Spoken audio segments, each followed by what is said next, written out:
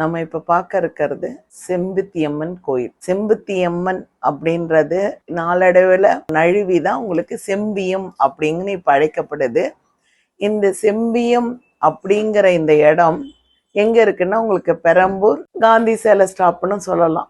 நீங்க எங்கன்னா கேட்டீங்கன்னா அது எல்லாருக்கும் இந்த பெரம்பூர்ல இருக்கிறவங்க திருவிக்கா நகர்ல நிறைய இடங்கள்ல இருக்கிறவங்களுக்கு நல்ல பழமையான கோயில். திருமண தடைகளை இந்த அம்மன் நிவர்த்தி செய்து வைக்கக்கூடிய நல்ல ஒரு சக்தி வாய்ந்த தெய்வம். நம்பினவர்களுக்கு தெய்வம் நேர வரும்னு சொல்லுவாங்க.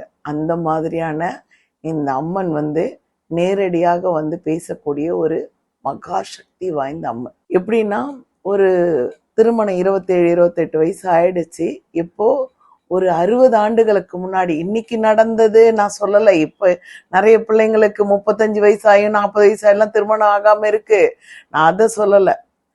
ஒரு 60-70 ஆண்டுகளுக்கு முன்னாடி ஒரு 75 அந்த அம்மா இப்ப இருந்திருந்தாங்கன்னா அவங்களுக்கு அந்த அம்மாவுக்கு திருமணம் ஆகிறதுக்கு கொரட்டூர்ல இருந்து அந்த அம்மா இங்க முல்லை மலரை வாங்கி போட்டு வேண்டிட்டு போய் வெள்ளிக்கிழமை தோறும் அந்த அம்மா வேண்டாங்களாம். வேண்டினதுக்கு அப்புறம் தான் திருமணம் நடந்ததுங்களாம். அப்பேற்பட்ட அந்த ஒரு 75 எனக்கு தெரிஞ்சு 75 ஆண்டுகளாக அந்த தெய்வம் இங்க இருந்துட்டு இருக்கு. ஆனா பழமை ஒரு 500 ஆண்டுகளுக்கு முன்னிருந்து இருக்கும் அந்த அம்மன் சொல்றாங்க. ரெண்டாவது அந்த அம்மனை பத்தி நீங்க சொல்லணும், முதல்ல நம்ம சொல்லணும்னா பெரிய விஷயம் என்னன்னா அது வெறும் வேப்ப மரமும் அரச மரத்தால் ஆன அம்மன். அந்த மரம் செவுரு கட்டியிருக்காங்க. செவுரு முழுக்க அந்த வேர்களும் அதனோட நரம்புகளும் ஊடுருவி செவுரு போய் வெறும் அந்த வேராலே கட்டப்பட்ட மாதிரியே இருக்கும். காம்புங்களும் நரம்புங்களும். நாளடைவில் இப்ப புயல் எல்லாம் அந்த அரச மரம் விழுந்திருக்கு. அதுக்கு பதிலாக எல்லாரும் எலுமிச்சை பழ மாலைலாம் போடுவோம் இல்லைங்களா? அந்த விதைகள் பட்டு எலுமிச்சை மரமா அப்படியே பூத்து குலுங்கும். போய் பாருங்க, நீங்க எல்லாம் போய் பார்க்க தானே போறீங்க. வேப்ப மரம் பழைசு போனாலும் இப்போ புதுசு ஒண்ணு முளைஞ்சிருக்கு. அதனால அது வேர்களோட தான் இன்னமும் இருக்கு. அந்த வேர் இன்னும் மேல விழிஞ்சிச்சே தவிர ஆனா அந்த விழுதுகளோட தான் கட்டப்பட்டு இருக்கு அந்த அம்மன். அந்த அம்மன் நிஷ்டாந்திரமா ஒவ்வொருத்தருக்கும் உண்மையின் விளக்கம் அப்படின்னு சொன்னீங்கன்னா அந்த அம்மன் சக்தி வாய்ந்த அம்மன். அது அங்க இருக்கிறவங்களை நீங்க கேட்டீங்களாலே தெரியும். அப்போ இப்போ நம்ம திருமண தடைகள் என்னென்ன தடைகளை நிவர்த்தி செய்யக்கூடியவங்க. நான் அங்க இருந்த எல்லாரையும் விசாரிக்கும் பொழுது நான் நிறைய பேரை கேட்டு தெரிஞ்சுட்டு தான் நான் அந்த அம்மன் நானும் அந்த கோயிலுக்கு போய் ஒரு 21 வாரம் விளக்கேத்தி இருக்கேன். ஒரு நாகதோஷம் இருக்கு, குடும்பத்திற்கு நாகதோஷம் இருக்குமா, நீ போய் விளக்கேத்துன்னு சொன்னாங்க. நான் விளக்கேத்தினதுக்கு அப்புறம்தான் என் பெரிய மகளுக்கு திருமணம் நடந்தது. அதனால அந்த 21 செவ்வாய்க்கிழமை தோறும் நான் ஏத்தினேன். ஒரு அம்மா அப்ப கேட்கும் பொழுது எனக்கு 5 வருஷம் குழந்தை இல்லாம இருந்ததுமா, நான் முட்டையும் பாலும் வச்சு வேண்டிட்டு வர 9வது வாரமே அந்த அம்மாவுக்கு குழந்தை நின்றுடுச்சுங்களா. அப்ப பாருங்க, ஒரு தெய்வம் நின்று விளையாடும் சொல்ற இடம் நம்ம இந்திய மண். அப்ப இந்திய மண்ணுல இருக்கிறது எங்கேயும் மூலம் முடுக்கல. அது பாத்தீங்கன்னா ஒரு 5 அடி சந்துலதான் போக முடியும். சுத்தி வீடு இருக்கும். நீங்க அந்த கோயிலுக்கே போயிட்டீங்கனாலும் சுத்தி வீடு தான் இருக்கும். அது கோயில் மட்டும் குபேரெல்லாம் இந்த கும்பாபிஷேகம் அதெல்லாம் ஒண்ணும் பண்ண முடியாது. மரம் தான் அந்த அம்மாவுக்கு கூரை. மரத்தோட நிழல தான் அந்த அம்மா இருக்கா. அத்தனை ஒரு அற்புதம் அழகு நிறைந்த ஒரு கோயில். பாம்பு 5 தலை பாம்பு ஒத்தையாவும் வச்சிருக்காங்க. ஆனா அந்த அம்மா 5 தலையா இருந்தாங்களான்னு தெரியாதான். பேச்சே வரலையும் ஒரு குழந்தைக்கு.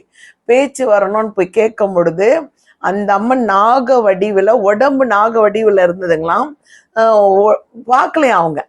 அங்கிருந்து உள்ள இருந்து அப்பெல்லாம் அங்க கதவு எல்லாம் கிடையாதுங்களாம்.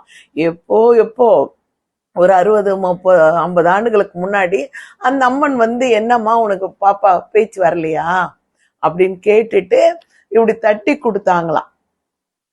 நான் தட்டி கொடுத்துட்டு நாக்குல சும்மா தடவிதான் அந்த விரல்ல கொடுத்தாங்களாம். அந்த குழந்தை ரொம்ப பேசலைனாலும் பேசுற அளவுக்கு இன்னைக்கு அவங்களுக்கு திருமணமாயி 3 குழந்தைங்கள்லாம் இருக்கு. அந்த மாதிரி ஒரு தெய்வ சக்தி அப்படிங்கறதுக்கு ஒரு அத்தாட்சி செம்புத்தி அம்மன். செம்புத்தி அம்மன் எப்பேற்பட்ட ஒரு தீர்க்க முடியாத பிரச்சனைகளையும் தீர்க்கக்கூடிய வல்லமை அந்த அம்மா கிட்ட இருக்கு. இதை தவிர குழந்தை பாக்கியம், திருமண தடை, வேலை வாய்ப்பு இப்படிங்கிற எந்த ஒரு தடைகள் இருந்தாலும் அதைகளை தீர்த்து வைக்கக்கூடிய ஒரு மகாசக்தி அந்த அம்மன் கிட்ட நிறைஞ்சு இருக்கு. நீங்க உண்மையான மனதோட பக்தியோட நீங்க போனீங்கன்னா கண்டிப்பா அந்த அம்மா தீர்த்து வச்சிருவாங்க. இன்னமும் அந்த அம்மா அங்க இருக்காங்க. அங்க சுத்து வட்டாரத்துல இருக்கிறவங்களை கேட்கும் பொழுது ஒரு ராத்திரி வருவாங்க, அப்படியே சூளத்துல நின்றுட்டு சுத்திக்கிட்டு அந்த அம்மா படையெடுத்து நிக்கிறாங்கன்னு சொல்றாங்க. அந்த படையெடுத்து நிக்கிற அந்த முகம் எப்படி இருக்குன்னா மத்தாப்பு வெடிச்சா மாதிரி எப்படி செதறி ஒரு ஒளி கிடைக்குதோ அந்த மாதிரி ஒளியா இருக்குதுங்க அப்படின்னு சொல்றாங்க. இந்த நாகதோஷம், சர்பதோஷம் இதெல்லாம் இருக்கு அப்படின்னும் பொழுது இவங்கெல்லாம் போடலாம். அதிக நாள் நீடிச்சிருக்குமா, என் வியாதியே போலமா அப்படிங்கிறவங்க பசும்பாலை வாங்கிட்டு போய் அந்த அம்மனுக்கு கொடுத்தா பால் மட்டும் அபிஷேகம் பண்ணுவாங்க. அந்த அம்மாவுக்கு அபிஷேகம் பண்ற நேரத்துல பசும்பாலை வாங்கின்னு போய் கொடுத்தீங்கன்னா அபிஷேகம் பண்ணிக்கிட்டே வர வர ஒரு 21 வாரம் 48 நாட்கள் விடாம நம்மளால முடிஞ்சது ஏதோ ஒரு நாளை ஃபிக்ஸ் பண்ணிட்டு போயிட்டு வரும்பொழுது நடக்க முடியாதவங்களே நடக்க வைத்த ஒரு மகா சக்தி வாய்ந்த தெய்வம். வியாபாரம் பெருக்கத்துக்கு, தொழில் வளம் பெறத்துக்கு, அப்புறம் எலுமிச்சை பழம் வச்சு அந்தம்மா மடியில வாங்கி எடுத்துட்டு போய் அவங்கவுங்க கல்லாப்பட்டியில வச்சுக்கலாம். வீட்டில் கண்டிஸ்டிக்கு வேப்பிலையும் எலுமிச்சை பழமும் மடியில வச்சு எடுத்துட்டு போய் நம்ம வீட்டில் கட்டிக்கலாம். இதெல்லாம் கட்டும் பொழுது நமக்கு தீய சக்திகள் வராம நல் வினைகள் நல்ல பாசிட்டிவானதை எனர்ஜியை உள்ள வரவழைக்கிறதுக்கு உண்டானது அப்பவே சாட்டை அடி மாதிரி அடிச்சு தள்ளுவாளாம். நம்பினவர் கெடுவதில்லை, அது 4 மறை தீர்ப்பு. ஆனா இது சத்தியமான தெய்வம் இங்கு இருப்பது உண்மை. எத்தனை பேர் நீங்க நம்புறியோ நம்பி போய் கும்பிடுங்க, அந்த அம்மன் கை கொடுத்து உங்களையும் வாழ்விப்பாய். நான் நம்பி நான் போய் சுத்தினங்க, என் வாழ்க்கை நலமோடமும் வளமோடும் நிறைஞ்சிருக்கு. நான் குழந்தை குட்டிகளோடும் நீங்களும் அந்த மாதிரி நலமோடும் வளமோடவும் நிறைந்த வாழ்க்கை வாழ வேண்டும் என்று நான் அந்த அம்மனை, செம்புத்தி அம்மனை வேண்டி